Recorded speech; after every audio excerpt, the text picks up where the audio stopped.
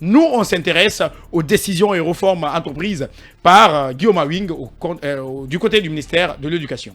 Je le disais à l'entame, au menu de cette émission, au ministère de l'Enseignement préuniversitaire et de l'Alphabétisation, Guillaume Awing joint l'acte à la parole dans la journée d'hier jeudi.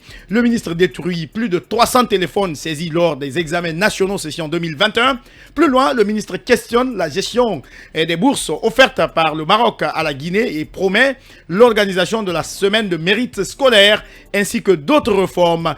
Et vous entendrez l'analyse d'Amadou Bayo, technical leader project réseau mobile 5G sur Nokia, membre de Gandal, une association composée de jeunes guinéens et africains dont le but est de contribuer à l'amélioration des conditions de scolarisation en Afrique avec la Guinée comme pays pilote. Mohamed, plus de 300 téléphones détruits hier par le ministre et qui questionne et qui prend des décisions, qui promet des réformes au sein du ministère de l'enseignement préuniversitaire. Oui, mais Moustapha, c'est pitoyable. C'est tout sauf du sérieux. C'est-à-dire dans ce pays... Ah bon? Non, c'est monsieur Communiqué encore vient faire parler de lui, parce que c'est comme ça on l'appelle monsieur Communiqué. Depuis qu'il a ce poste, il faudra recenser les communiqués qu'il a fait diffuser. Mais ce monsieur, il faudra qu'il sache qu'il ne gère plus un lycée privé. Ce monsieur doit savoir qu'il n'a pas affaire aux lycéens désormais ou aux collégiens. Ce monsieur doit savoir qu'il ne discute pas avec des parents d'élèves, qu'il était ministre de la République. Vous estimez que des élèves ont triché. Vous confisquez les téléphones. Mais ce sont des moyens de preuve.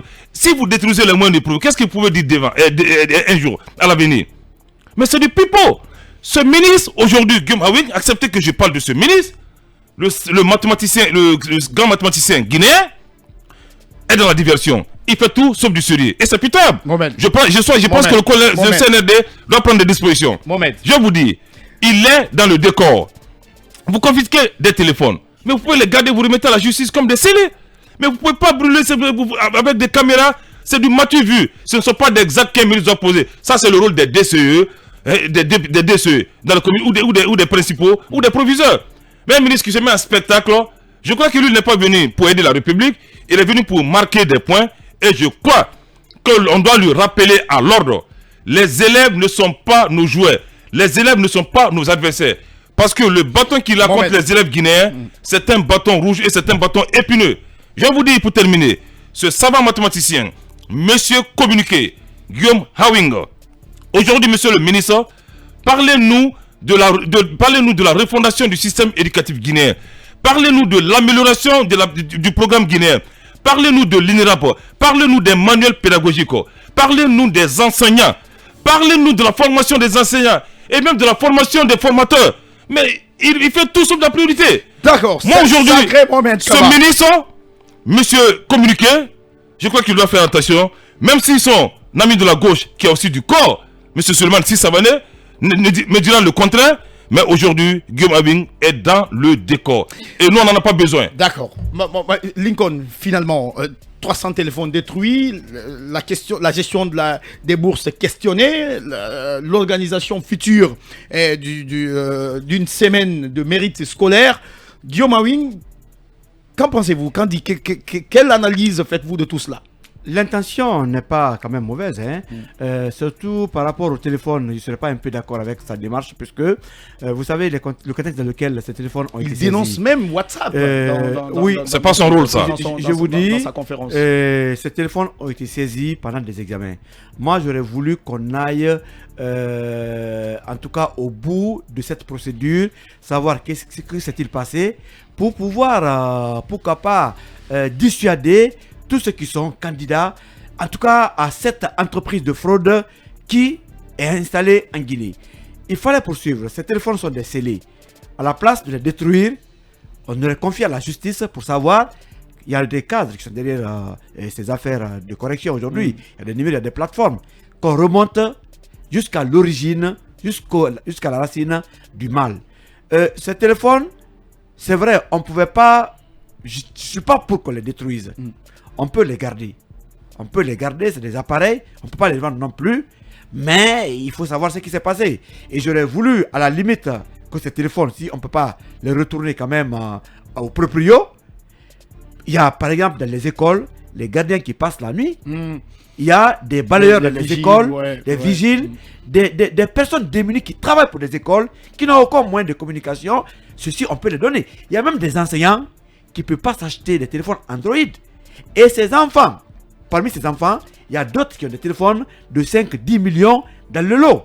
Est-ce qu'il faut jeter tout cela comme ça? Acheté par leurs parents, bien sûr. Oui, acheté par leurs parents. Mais Mais messieurs, Acheté par leurs parents. L'utilisation des téléphones dans les salles et les centres d'examen était interdite. Non, c'est interdit. C'est Cela pourquoi, mais en fait, à défaut, pourquoi violer un principe et une règle qui est déjà établie? c'est pourquoi la procédure devrait aller jusqu'au bout. Sanctionner ceux-là qui sont rendus coupables de ces pratiques. Les enseignants et les enseignants, oui.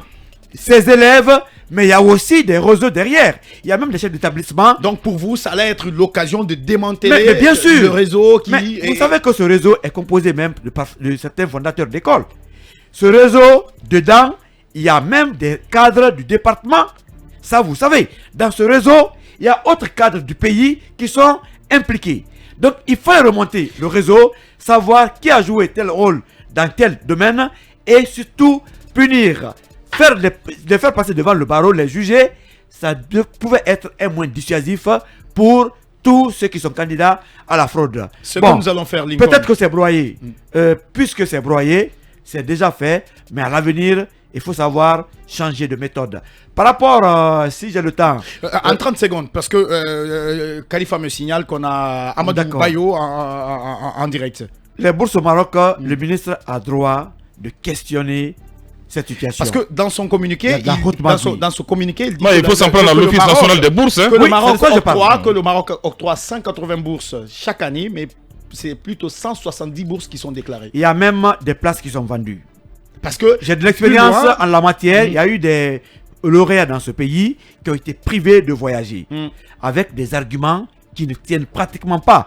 On les remplace. L'un des ministres actuels même a vécu on les remplace par des proches, soit de ceux qui sont au département ou des personnes hautement placées, ou même il y a des parents qui viennent acheter ces bourses au détriment de vrais lauréats. Cette question, je crois qu'il faut la prendre avec tout le sérieux possible. Le ministre aura des bonnes réponses à l'intérieur, surtout judiciariser l'affaire. Nous avons en direct Amadou Bayo, il est membre de l'association Gandal, une structure qui travaille dans le cadre de l'amélioration des conditions de scolarisation en Afrique avec comme pays pilote la Guinée. Monsieur Bayo, bonsoir. Oui, bonsoir. Bienvenue sur FIM FM. Alors, le ministre de l'Éducation nationale, le ministre de l'Enseignement préuniversitaire et de l'Alphabétisation, détruit plus de 300 téléphones, questionne la gestion des bourses, mais aussi promet l'organisation prochaine de la Semaine du Mérite scolaire en Guinée.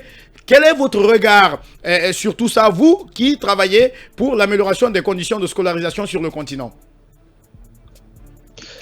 Bonsoir et je tiens encore à vous remercier pour l'opportunité que vous m'offrez pour parler au nom de mon organisation Gandal.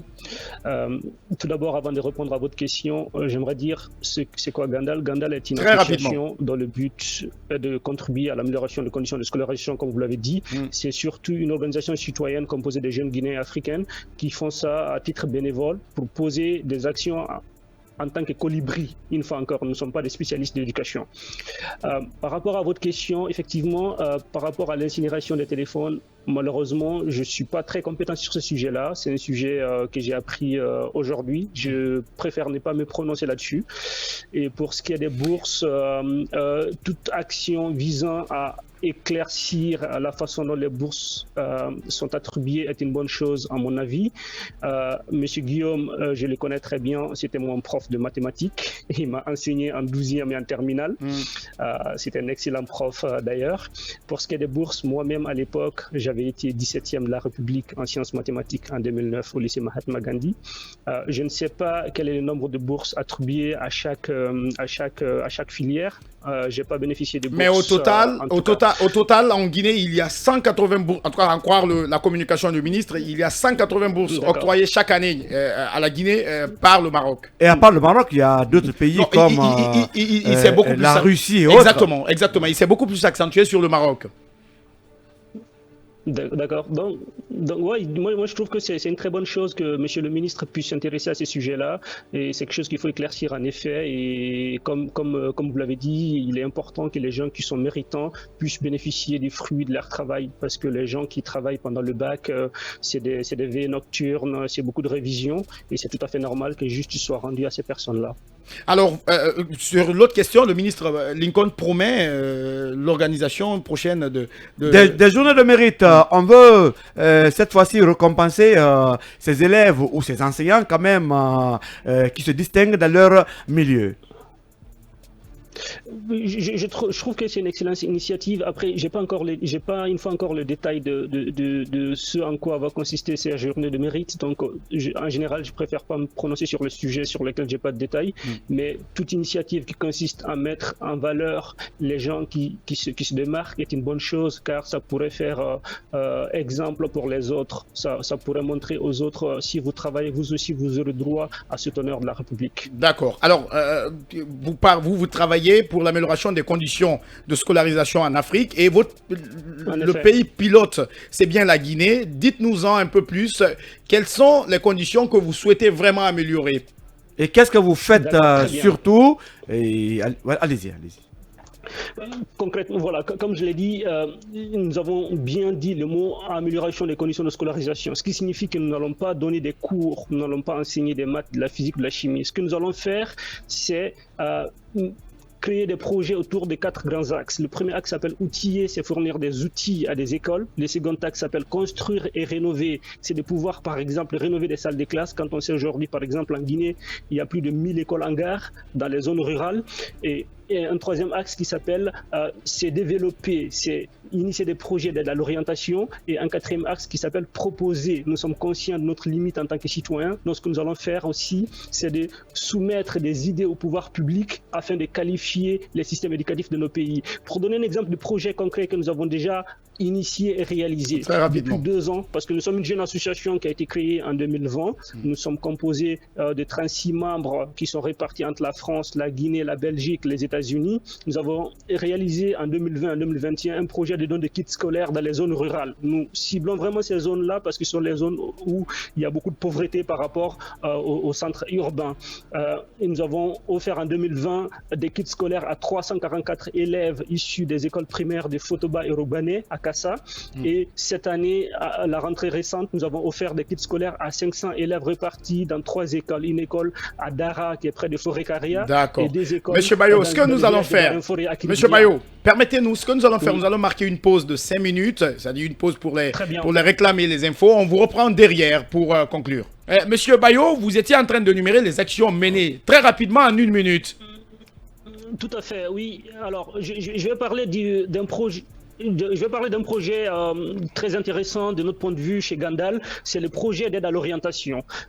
Vous savez, aujourd'hui, dans nos écoles, il n'y a pas vraiment de structure qui oriente les élèves, qui va leur parler des métiers, qui va leur permettre de bien choisir leur parcours professionnel et leur parcours scolaire après le pré-universitaire. Donc, nous, ce que nous faisons, c'est un projet pilote. Et si ça marche bien, nous allons le soumettre au pouvoir public afin qu'ils puissent le généraliser. Qu'est-ce qu'on fait concrètement? Ce projet marche sur 2 piliers. Le premier, c'est la découverte des métiers et des parcours. Donc, nous faisons des lives sur notre page Facebook où nous invitons des professionnels qui vont venir témoigner de leur parcours scolaire et professionnel. Le dernier invité qu'on a eu, c'était M.